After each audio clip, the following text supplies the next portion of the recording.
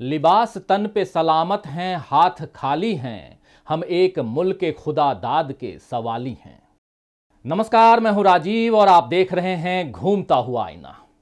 देश के मौजूदा अंधभक्तों ने अब एक नया ज्ञान देश को दिया है। अंधभक्त कहने से मेरा मतलब क्या है, ये आपको बताने की यहां जरूरत नहीं है, आप सब जानते ही हैं। तो ज्ञान ये है कि देश को असली आजादी 2014 में मिली। अब तक 1947 को जो हम अपनी आजादी का वर्ष मानते हैं, वो तो दरअसल भीख में मिली आजादी थी। देश के सामने इस ज्ञान को परोसा है बॉलीवुड अभिनेत्री, 4 बार की नेशनल अवार्ड विनर और पद्मश्री से सम्मानित कंगना रनौत ने। तो कंगना ने एक टीवी चैनल के कार्यक्रम में आजादी के बारे में ये नई बात देश को बताई। इस पर उन्हें इतिहास फिर से पढ़ने की सलाह मिली और कई लोगों ने इस बात की आलोचना भी की, लेकिन कंगना ने तो वही कहा जो उन्होंने महसूस किया। आप खुद ही बताइए कि क्या 2014 से पहले नफरत भरी भाषा खुलेआम बोलने की आजादी थी? गौरक्षा के नाम पर मॉब लिंचिंग की आजादी थी? गरीबों अल्पसंख्यकों को डरा धमकाकर जय श्री राम का नारा लगवाने की आजादी थी? सरकार से जो सवाल करे उसे देशद्रोही ठहराने की आजादी थी? नहीं ना। ये सारी बातें 2014 के पहले देश में आए दिन नहीं होती थीं। अगर कभी कहीं ऐसी कोई घटना होती थी तो सरकार, पुलिस, मीडिया और समाज सभी उसकी निंदा करते थे और दोषियों को सजा दिलवाने का काम करते थे। अब दोषियों को माला पहनाने की आजादी मिल गई है। तो कंगना और उनके जैसे तमाम अंधभक्तों के लिए तो वास्तविक आजादी तो 2014 में ही मिली है। यानी जब से मोदी जी का राज देश पर कायम हुआ है, इन लोगों को भी मनमानी करने की छूट मिल गई है। मगर इस देश में केवल अंधभक्त नहीं रहते हैं, बल्कि जनता का एक बड़ा वर्ग है जिसकी आस्था संविधान में है, लोकतंत्र में है और जो अपने पुराने भारत को फिर से वापस लाना चाहता है। खाली जेब, खाली हाथ और दिल में कई सवाल, इनके साथ जनता का ये वर्ग दिन रात संघर्ष कर रहा है। सवाल यह है कि देश से महंगाई कब खत्म होगी? पढ़े लिखे लाखों नौजवानों को रोजगार कब मिलेगा? दलित, आदिवासी, पिछड़े, अल्पसंख्यक और महिलाएं कब खुद को पूरी तरह सुरक्षित महसूस करेंगी? कब किसान आंदोलन खत्म होगा? कब चुनावों में सांप्रदायिक तनाव फैलाकर वोट बटोरने की रणनीतियां खत्म होंगी? कब अपराध और अपराधियों पर से सत्ता का संरक्षण हटेगा? कब देश की सीमाओं पर सुरक्षा का सच जनता को पता चलेगा? कब जनता के धन को निजी संपत्ति की तरह सरकार का बेकदरी से उड़ाना बंद होगा? कब मोदी जी कैमरे की ओर देखना छोड़कर भारत की ओर देखना शुरू करेंगे? कब सरकार देश को दुकान की तरह चलाना छोड़कर लोकतांत्रिक जिम्मेदारी के साथ चलाएगी? कब आखिर कब? तो भारत के आम लोगों के मन में ऐसे सवालों की एक लंबी लिस्ट है, लेकिन वो उन सवालों को पूछ नहीं पा रहे हैं। आम जनता के मन में पीड़ा है, दुख है, दर्द है, असंतोष की घुटन बढ़ रही है। ये एक ऐसा प्रदूषण है जिससे लोगों का दम घुट रहा है। दूसरी तरफ देश के आबो हवा में फैले प्रदूषण ने भी जीना हराम कर रखा है। इसीलिए पूछा जा रहा है कि देश के लोकतंत्र और पर्यावरण दोनों के माहौल को खराब करने वाले इस प्रदूषण का इलाज आखिर कैसे होगा? और इस पर जब सुप्रीम कोर्ट सवाल करता है तो सरकार किसानों को जिम्मेदार बताती है, लेकिन कोर्ट ने मोदी सरकार को किसानों के नाम पर छल करने को लेकर जमकर फटकार लगाई है। दीपावली के बाद से ही देश में प्रदूषण बढ़ गया है। आलम यह है कि दुनिया के 10 सबसे प्रदूषित शहरों में से 3 तो भारत में ही हैं और उनमें भी दिल्ली सबसे अधिक प्रदूषित है। दुनिया भर के एयर क्वालिटी इंडेक्स पर निगरानी रखने वाली संस्था IQ एयर के वायु गुणवत्ता सूचकांक में 10 शहरों की सूची में 556 अंकों के साथ दिल्ली टॉप पर है।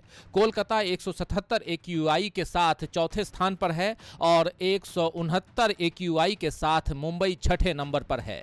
प्रदूषण रोकने की जिम्मेदारी सरकार की है, लेकिन सरकार ने इस बार भी अपनी जिम्मेदारी से पीछे हटते हुए किसानों पर इसका ठीकरा फोड़ना चाहा। सुप्रीम कोर्ट में प्रदूषण पर सुनवाई के दौरान जब अदालत ने केंद्र सरकार से पूछा कि आप प्रदूषण रोकने के लिए क्या कर रहे हैं, तो केंद्र की तरफ से पेश हुए सॉलिसिटर जनरल तुषार मेहता ने कहा, वायु प्रदूषण का पहला कारण पराली जलाया जाना है। तुषार मेहता ने कहा कि किसानों को पराली जलाने से रोकने के लिए कुछ नियम होने चाहिए जिससे राज्य सरकारें उन पर कार्रवाई कर सकें। हालांकि एसजी की इस मांग पर चीफ जस्टिस एनवी रमन ने कहा, आप ऐसे कह रहे हैं कि सारे प्रदूषण के लिए किसान जिम्मेदार हैं। वहीं जस्टिस सूर्यकांत ने कहा कि किसानों को कोसना हर किसी के लिए एक फैशन बन गया है। जस्टिस सूर्यकांत ने कहा कि मैं भी एक किसान हूं और चीफ जस्टिस एनवी रमन भी एक किसान परिवार से आते हैं। हैं। उन्होंने कहा कि मैं जानता हूं कि गरीब सीमांत किसान पराली प्रबंधन के लिए मशीन नहीं खरीद सकते हैं। जबकि जस्टिस चंद्रचूड़ ने कहा, कोरोना महामारी के बाद स्कूल भी खोल दिए गए हैं, हमने अपने बच्चों को इस स्थिति में खुला छोड़ दिया है। डॉक्टर गुलेरिया कहते हैं कि जहां प्रदूषण है वहां यह महामारी है। हालांकि इस पर सॉलिसिटर जनरल ने कहा कि सरकार की एक बैठक प्रस्तावित है, सरकार भी इस मामले पर जागरूक है। तो केंद्र की ओर से पूरी कोशिश की गई कि देश में प्रदूषण का ठीकरा किसानों पर फोड़कर खुद अपनी जिम्मेदारी से बरी हो जाएं। मोदी सरकार अब तक यही तो करती आ रही है, अपनी हर गलती के लिए किसी और को जिम्मेदार बता देती है। पिछले 7 सालों से सरकार का यह निठल्लापन अलग अलग तरह से सामने आ रहा है, मगर सरकार का दावा है कि वो नया भारत बना रही है। देश के 4 में से 3 महानगर दुनिया के प्रदूषित शहरों में शुमार हो गए हैं। बधाई हो मोदी जी को, जिनके राज में भारत केवल गलत चीजों में टॉप पर रह रहा है। भूख के मामले में हम आगे रहे, कुपोषण के मामले में हम आगे रहे, मानवाधिकार हनन और लोकतंत्र के लिए खतरनाक परिस्थितियां हमारे यहां बनी। कोरोना में तो हम रिकॉर्ड ब्रेक करने ही वाले थे और अब प्रदूषण में भी हमने दुनिया को पीछे छोड़ दिया है। सरकार का पंचामृत न जाने कहां बट रहा है। जनता के हिस्से तो केवल धूल, धुआं और धोखा ही आ रहा है। सरकार कह सकती है कि प्रदूषण के आंकड़ों में गड़बड़ी है, क्योंकि भूख के मामले में यही कुतर्क पेश किया गया था, आपको याद होगा। लेकिन जब सांस लेने में घुटन महसूस हो रही हो तो हवा कैसी है यह समझने के लिए किसी आंकड़े की जरूरत नहीं है। वैसे सुप्रीम कोर्ट ने सही कहा है कि किसानों को कोसना फैशन बन गया है। सच तो वाकई यही है कि सरकार की लापरवाही और एयर प्यूरिफायर घर में रखने वाले अमीरों की बदतमीजी से दीपावली पर खूब पटाखे चले। सुप्रीम कोर्ट के आदेश के साथ साथ पर्यावरण की भी धज्जियां उड़ी। साफ हवा नागरिकों का अधिकार है, लेकिन मोदी जी हमसे ये अधिकार भी छीन रहे हैं। इसी तरह सीमाओं की सुरक्षा को लेकर भी सही बात जानने का अधिकार जनता को है, क्योंकि जनता के बीच से ही सैनिक बनते हैं जो सीमा पर जान की बाजी लगाकर खड़े होते हैं। पिछले साल जून में चीन के साथ सीमा विवाद देश में चल रहा है। हमारे कई सैनिक गलवान में शहीद हुए, लेकिन सरकार ये मान ही नहीं रही है कि चीनी सैनिकों ने अतिक्रमण किया। और अब भी सीडीएस बिपिन रावत का ऐसा ही एक और बयान हमारे सामने आया है। देखिए रिपोर्ट। चीन की संसद नेशनल पीपल्स कांग्रेस ने पिछले महीने 23 अक्टूबर को अपनी थल सीमा के उपयोग और हिफाजत के मकसद से एक नया कानून अपनाया है। इस कानून के मुताबिक चीन की सरकार की जिम्मेदारी होगी कि वो सीमावर्ती इलाकों की सुरक्षा के मद्देनजर होने वाले निर्माण कार्यों में मजबूती लाने के लिए कारगर कदम उठाए। सरकार को सीमावर्ती इलाकों के आर्थिक और सामाजिक विकास में मदद देनी होगी और बाहरी दुनिया से संपर्क साधने के रास्ते खोलने होंगे। कोई देश अपनी सुरक्षा मजबूत करने के लिए कैसे कदम उठाता है, ये उसका आंतरिक मामला है। लेकिन अगर इस कानून से उस देश के पड़ोसी देशों की संप्रभुता पर आंच आए तो फिक्र होनी ही चाहिए। मगर मोदी सरकार चीन के मामले में न जाने किस किस्म की बेफिक्री अपनाए हुए है। हमारी आंखों के सामने गलवान हो गया, तब दिखाने के लिए चीन से आर्थिक संबंध तोड़ने की बात कही गई, लेकिन उस पर अमल नहीं हुआ। अब खबर आई है कि चीन अरुणाचल की सीमा पर गांव बना रहा है। अमेरिकी रक्षा विभाग ने अपनी एक हालिया रिपोर्ट में कहा है कि एलएसी के पूर्वी सेक्टर में चीन ने तिब्बत स्वायत्त क्षेत्र और भारत के अरुणाचल प्रदेश के बीच विवादित क्षेत्र में एक बड़ा गांव निर्मित किया है। इसके बाद विदेश मंत्रालय के प्रवक्ता अरिंदम बागची ने एक साप्ताहिक मीडिया ब्रीफिंग में कहा था, चीन ने पिछले कई वर्षों में सीमावर्ती क्षेत्रों के साथ साथ उन क्षेत्रों में निर्माण गतिविधियां की हैं जिन पर उसने दशकों पहले अवैध रूप से कब्जा किया था। भारत ने अपने जमीन पर न तो इस तरह के अवैध कब्जे को और न ही चीन के अनुचित दावों को कभी स्वीकार किया है। लेकिन सीडीएस बिपिन रावत तो इस विवाद को सही नहीं मानते हैं। उनका कहना है कि जहां तक हमारा सवाल है, एलएसी की तरफ हमारी ओर ऐसा कोई गांव नहीं बना है। चीनी संभवतः एलएसी के साथ लगते क्षेत्र में अपने नागरिकों या अपनी सेना के लिए गांवों का निर्माण कर रहे हैं। मतलब रावत ये तो मान रहे हैं कि चीन अपने इलाके में गांव बना रहा है और लोगों को बसाने की तैयारी कर रहा है, लेकिन इसे वो अतिक्रमण नहीं मान रहे हैं। तो जैसा राजा वैसा सेनापति, इस वक्त तो हाल कुछ ऐसा ही लग रहा है। मोदी जी ने अब तक चीन को सीधे नाम लेकर एलएसी पर की जा रही घुसपैठ के लिए नहीं कहा, और अब सीडीएस रावत यानी बिपिन रावत कह रहे हैं कि चीन अपनी सेना के लिए गांव बना रहा है और वो भी एलएसी के साथ लगते अपने क्षेत्र में। क्या इस नई बसाहट से भारत सरकार को चिंतित नहीं होना चाहिए? मगर सरकार को अपने स्वार्थ से फुर्सत मिले तब तो वो देश के बारे में सोचे।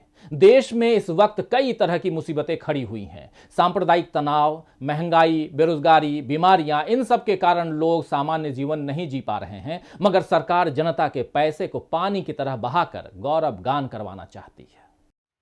भगवान बिरसा मुंडा की जयंती के मौके पर 15 नवंबर को जनजातीय गौरव दिवस और 15 से 22 नवंबर तक का समय जनजातीय गौरव सप्ताह के रूप में मनाने का फैसला मोदी सरकार ने लिया है। भोपाल में 15 नवंबर को इस दिन एक कार्यक्रम होना है जो आदिवासियों को समर्पित होगा। इस मौके पर प्रधानमंत्री मोदी भी भोपाल पहुंचेंगे और जनसभा को संबोधित करेंगे।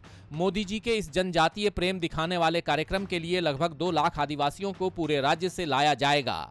भोपाल के जम्बूरी मैदान को कार्यक्रम के लिए तैयार किया जा रहा है और इसे आदिवासी कलाओं से सजाया जा रहा है। यानी सरकार आदिवासियों को यह दिखाने की कोशिश करेगी कि उसे आदिवासी कलाओं से कितना प्रेम है, उसकी कितनी समझ है। मोदी जी भोपाल में कुल 4 घंटे रहेंगे और लगभग 1.25 घंटे इस कार्यक्रम में, जिसके लिए राज्य सरकार 23 करोड़ रुपए खर्च कर रही है। इसमें से 13 करोड़ रुपए तो केवल लोगों को लाने और ले जाने में लगेंगे। जंगल में गरीबी और असुविधाओं के बीच जीवन बिताने वाले आदिवासियों से प्रेम के दिखावे के नाम पर सरकार 23 करोड़ रुपए उड़ा देगी, वो भी जनता की कमाई का। बाद में खजाना खाली होने का दुखड़ा रोते हुए जनता की सुविधाओं में ही कटौती भी कर देगी। भगवान बिरसा मुंडा को सच्ची श्रद्धांजलि तो तब होती जब सरकार आदिवासियों को सम्मान से जीवन जीने के अवसर देती, उन्हें उनकी संस्कृति और विरासत के अनुरूप रहने देते हुए मुख्य धारा में शामिल करने की कोशिश करती। लेकिन सरकार को आदिवासियों के सम्मान से अधिक अपनी सत्ता की फिक्र है।